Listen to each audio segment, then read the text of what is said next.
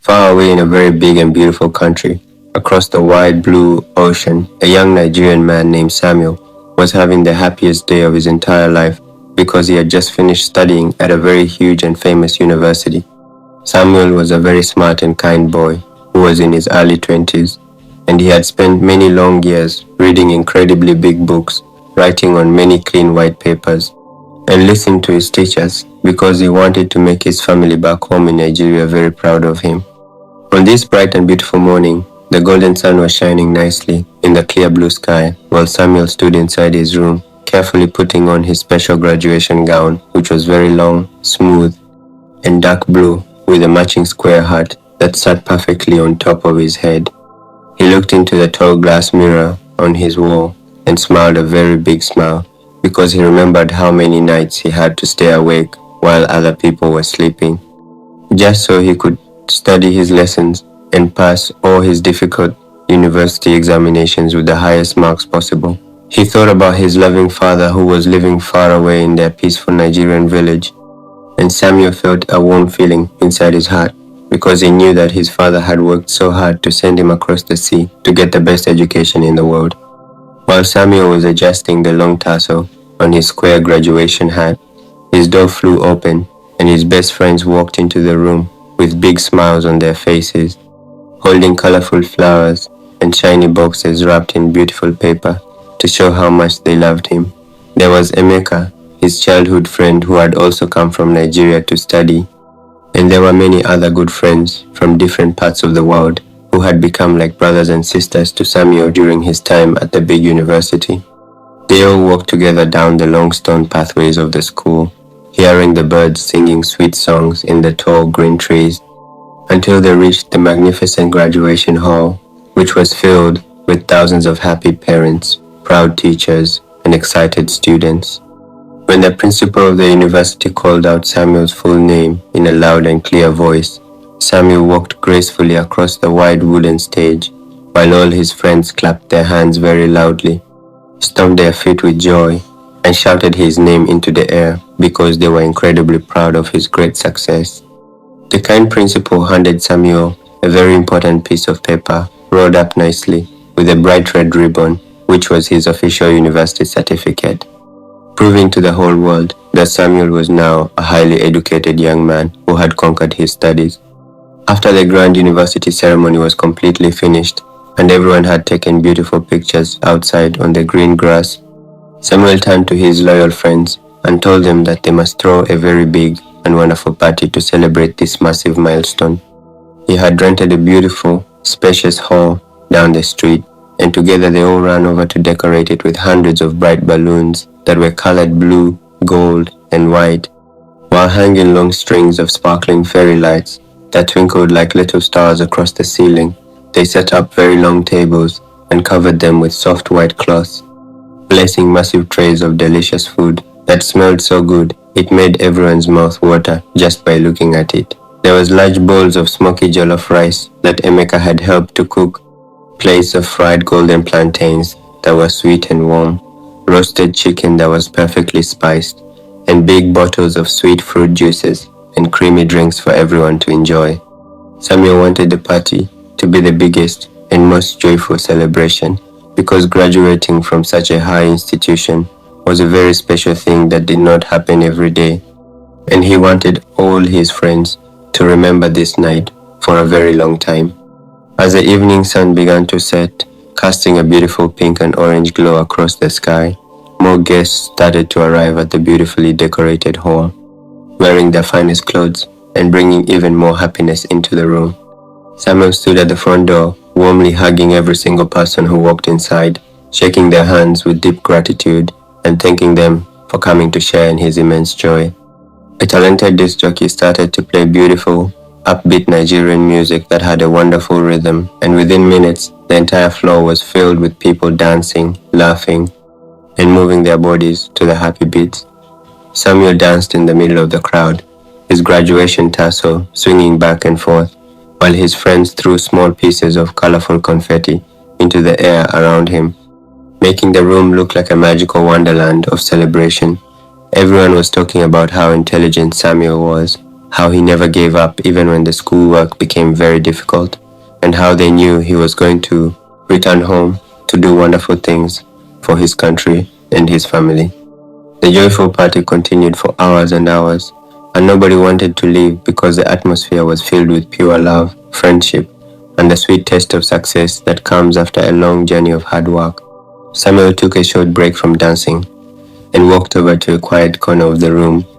holding his shiny certificate close to his chest while looking out the window at the bright stars that were now twinkling in the dark night sky. He closed his eyes for a moment and imagined the look of total happiness that would be on his father's face when he finally returned to the village with this great treasure of knowledge. He felt so blessed and so strong, surrounded by people who cared about him, knowing that this beautiful celebration was just the beginning of a wonderful new chapter in his life, and he promised himself that he would always use his education to help the people he loved the most. Right in the middle of all this beautiful happiness and loud laughter, while the music was still playing its sweet tunes and everyone was busy dancing on the smooth floor, Samuel felt a sudden vibration inside the deep pocket of his trousers. He slowly pulled out his mobile phone and looked at the glowing screen, noticing that the call was coming all the way from his home country of Nigeria, which made his heart skip a little beat because he knew that long-distance phone calls late at night were usually very important. He stepped away from the loud music and walked into a quiet room near the back of the hall, where he pressed the green button and placed the phone gently against his ear, expecting to hear the joyful voice of his father congratulating him on his big university graduation day. Instead of a happy voice, he heard the shaking and crying voice of his aunt, Mama Chinwe, who was speaking very quickly and weeping bitterly as she told Samuel that his beloved father had fallen terribly sick and was currently lying on a small wooden bed in the village. Mama Chinwe explained that the sickness was very heavy and that his father could barely open his eyes or speak any words, and she begged Samuel to come home immediately because everyone in the village was very worried that the old man might not survive the week. The heavy news hit Samuel like a cold splash of water, making his smile disappear instantly while his hands began to shake and a big tear rolled down his smooth cheek because he loved his father more than anything else in the whole wide world. He hung up the phone and stood frozen in the quiet room for a few moments, looking down at his beautiful blue graduation gown and his shiny certificate, which suddenly did not feel as important as the life of the kind man who had paid for his education. Samuel walked back into the main party hall with a very sad face, and when his best friends saw how pale and quiet he had become, they stopped dancing and gathered around him in a big circle to ask what was wrong with their happy brother. With a heavy voice, Samuel explained to Emeka and all his other close friends that his father was very sick on his bed back home, and he told them that he needed to pack his bags and return to Nigeria immediately to save his father's life. Without hesitating for even a single second, his loyal friends held his hands and told him that he would not make this scary journey alone, promising that they would all board the big airplane with him and travel down to his hometown to support him during this difficult time. The happy party quickly turned into an urgent planning meeting as Samuel and his friends turned off the loud music, gathered their things, and began searching on their computers to buy the fastest airplane tickets available for the very next morning. They spent the rest of the night packing Samuel's large suitcases with his clothes, his books, and his precious university certificate, while also packing their own bags because they were determined to stand by his side like a real family. Samuel could not sleep at all that night because every time he closed his eyes, he saw the picture of his poor father lying helpless on a sick bed, and he kept praying to God to keep the old man alive until the airplane could land safely in Nigeria. As the first light of the morning sun began to peek through the windows, Samuel and his group of friends put on their traveling clothes and loaded their heavy bags into big taxi cabs that drove them very fast through the quiet city streets toward the international airport. They walked inside the massive airport building with determined steps, checked in their luggage at the long counters, and walked quickly through the security gates until they finally boarded the giant silver airplane that was waiting to fly them across the deep blue ocean back to their homeland. The giant silver airplane flew high above the white, fluffy clouds for many long hours, while Samuel sat tightly in his seat, looking out the small window at the endless blue sky and feeling his heart beat faster and faster with every mile they traveled closer to his homeland. His loyal friends sat all around him, holding his hands and whispering kind words of encouragement into his ears to make him feel brave, while the loud engines of the airplane hummed softly and carried them safely across the deep ocean until the pilot finally announced that they were descending into the beautiful city of Lagos. As the heavy wheels of the airplane touched the ground with a loud thud, Samuel breathed a big sigh of relief because he knew he was finally back in Nigeria where his father needed him. Then he quickly unbuckled his seatbelt so they could be the very first people to walk down the long metal stairs and enter the warm airport building. They rushed through the busy arrival hall, collected all their heavy suitcases from the spinning luggage belts, and walked out into the bright Nigerian sunshine where the warm air embraced them and the familiar sounds of the city made Samuel feel both excited and deeply anxious to reach his family. Instead of rushing blindly into the countryside without a proper plan, Samuel stopped his friends outside the airport gates and explained that they needed to travel down to the village in a way that would show everyone the true power and dignity of a higher education. So he decided to use some of his savings to hire the most beautiful and expensive cars available in the whole city. Emeka ran over to a luxury car rental office near the airport, and within a short time, he returned with a fleet of shiny black SUVs, sleek Mercedes-Benz cars, and magnificent vehicles with dark tinted windows that looked like cars belonging to a president or a king. Samuel and his friends packed all their heavy bags into the large trunks of the vehicles, and Samuel sat comfortably in the middle car while his friends filled the other automobiles, creating a very long line of beautiful cars that gleamed brightly under the hot Nigerian sun. The drivers turned on the cold air conditioners, started the powerful engines with a loud and smooth roar, and slowly moved out of the airport gates to form a magnificent, grand convoy that immediately caught the attention of every single person walking along the busy city streets. The long convoy of expensive cars moved together with great elegance, driving past the tall buildings of the city, through the bustling markets filled with people selling bright fabrics and delicious fruits, and finally onto the wide expressway that led directly towards the quiet countryside. People on the road stopped what they were doing to watch the beautiful line of matching black cars pass by, pointing their fingers and wondering if an important government leader or a very wealthy businessman was traveling down to the eastern parts of the country. Samuel looked out his window as the noisy city slowly disappeared behind them, replaced by beautiful tall green trees, wide fields of crops, and small peaceful towns that showed they were getting closer and closer to his ancestral home. The drivers maintained a perfect distance between each car, keeping the convoy completely unbroken and moving with a smooth, unstoppable speed that made Samuel feel strong and hopeful that they would reach his father's house before the sun went down for the night. The grand convoy of shiny black cars finally turned off the wide expressway and entered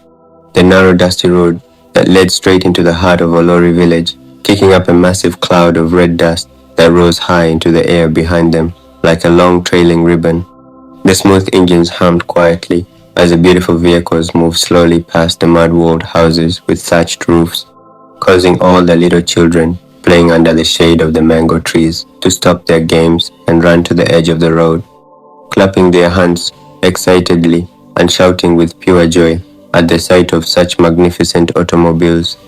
The village elders who were sitting under the big marketplace tree adjusted their colorful wrapper cloths and stared with wide eyes, whispering among themselves about who this great and wealthy visitor could be, because never in the history of their quiet town had such a long and expensive line of cars entered their borders all at the same time. The convoy drove deeper into the village until it finally pulled up right in front of the small compound belonging to Samuel's family, coming to a smooth stop in a perfect line that completely blocked the front pathway with their glittering frames.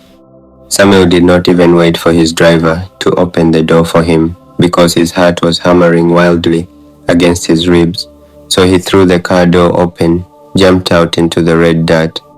and ran as fast as his legs could carry him into the small house,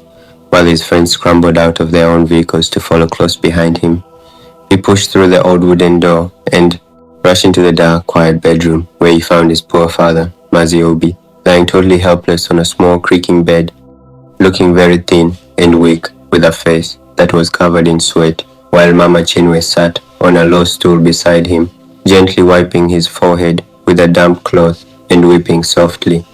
Samuel fell to his knees right beside the bed and took his father's cold, trembling hand into his own warm hands, tears filling his eyes as he called out to him. But his father could only manage to open his tired eyes halfway and give a very weak nod, showing that the terrible sickness had taken away all the old man's strength. Instead of sitting down to cry and lose all hope like the others, Samuel stood up with a strong and determined mind, looking at his loyal friends who had crowded into the small room, and he declared that they were going to use the power of their resources and knowledge to save his father's life without wasting another single minute. He ran outside to the main car where he had hidden a special emergency telephone number for a premium medical service that he had searched for, and he quickly called them to demand the immediate dispatch of a top-quality ambulance vehicle equipped with the best life-saving machines in the country. Within what felt like a short moment, the loud and urgent siren of a massive, modern white ambulance vehicle began to echo through the quiet village, screaming loudly as it drove faster than the wind through the dusty streets and pulled up right behind the grand convoy of black cars. The trained medical doctors and nurses jumped out of the ambulance with a rolling stretcher bed and rushed inside the house, carefully lifting Maziobi from his old wooden bed and placing him gently onto the soft, clean mattress of the stretcher while attaching long tubes and helpful oxygen masks to help him breathe much better. The village people gathered around the compound gates in a massive crowd, gasping in complete shock and amazement as they watched the educated young boy supervise the medical team, putting his beloved father into the back of the shiny white ambulance vehicle to carry him away to a place where he could finally get the finest medical treatment in the world. The loud and urgent siren of the big white ambulance vehicle wailed continuously into the afternoon air as it sped away from the dusty roads of Olori village, leading the grand convoy of shiny black cars back onto the smooth highway with its bright red and blue lights flashing beautifully against the tall green trees. Samuel sat inside the back of the moving ambulance right next to his father, Maziobi, holding his frail hand very tightly and watching the tiny green lights on the medical machines blink softly, while the kind doctors and nurses injected good medicine into his father's body to keep him stable and comfortable during the long drive. The powerful vehicles traveled together without stopping for a single moment until they finally entered the main town and pulled up to the front entrance of a magnificent, multi-story hospital building that was painted in clean, white and blue colors, known by everyone as the absolute best and most modern medical center in the entire region. The glass doors of the grand hospital slid open automatically, and a team of top-rated doctors and expert nurses rushed outside with a smooth rolling bed to receive Maziobi, wheeling him quickly into a private, brightly lit room that looked like a palace and was filled with the most advanced medical machines that money could buy. Samuel and his loyal friends sat together in the beautiful, air-conditioned waiting room for several anxious hours, drinking cups of clean water and praying silently in their hearts, until the head doctor finally walked out of the treatment room with a very big and happy smile stretched across his face. The kind doctor clapped Samuel gently on his shoulder and explained that they had successfully removed the heavy sickness from his father's body using their wonderful machines and excellent medicines. And he assured the young man that Maziobi was completely out of danger and would recover his full strength within just a few short days. Samuel felt a massive weight lift off his chest, and he began to shed tears of pure joy while hugging his friends tightly. because he knew that if he had not acquired a high university education and the great resources that came with it, his beloved father might not have survived the terrible illness on that small wooden bed in the village. When the wonderful news traveled back across the dusty roads to Olori village, every single man, woman, and child was completely shocked and filled with immense happiness, because they had all believed that the old man's sickness was too heavy to ever be cured by anyone. A few weeks later, Samuel and his completely healthy, smiling father drove back into the village compound in one of the beautiful black cars, and the entire community gathered together to throw a massive celebration with drums, dancing, and singing to welcome them back home in safety. The village chief stood up in front of the huge crowd, pointing his wooden staff proudly towards Samuel, and declared to all the parents that sending a child to a high institution of learning is the most important and beautiful thing a family can ever do, because an educated child brings light, salvation, and great honor to his entire community when the dark days come.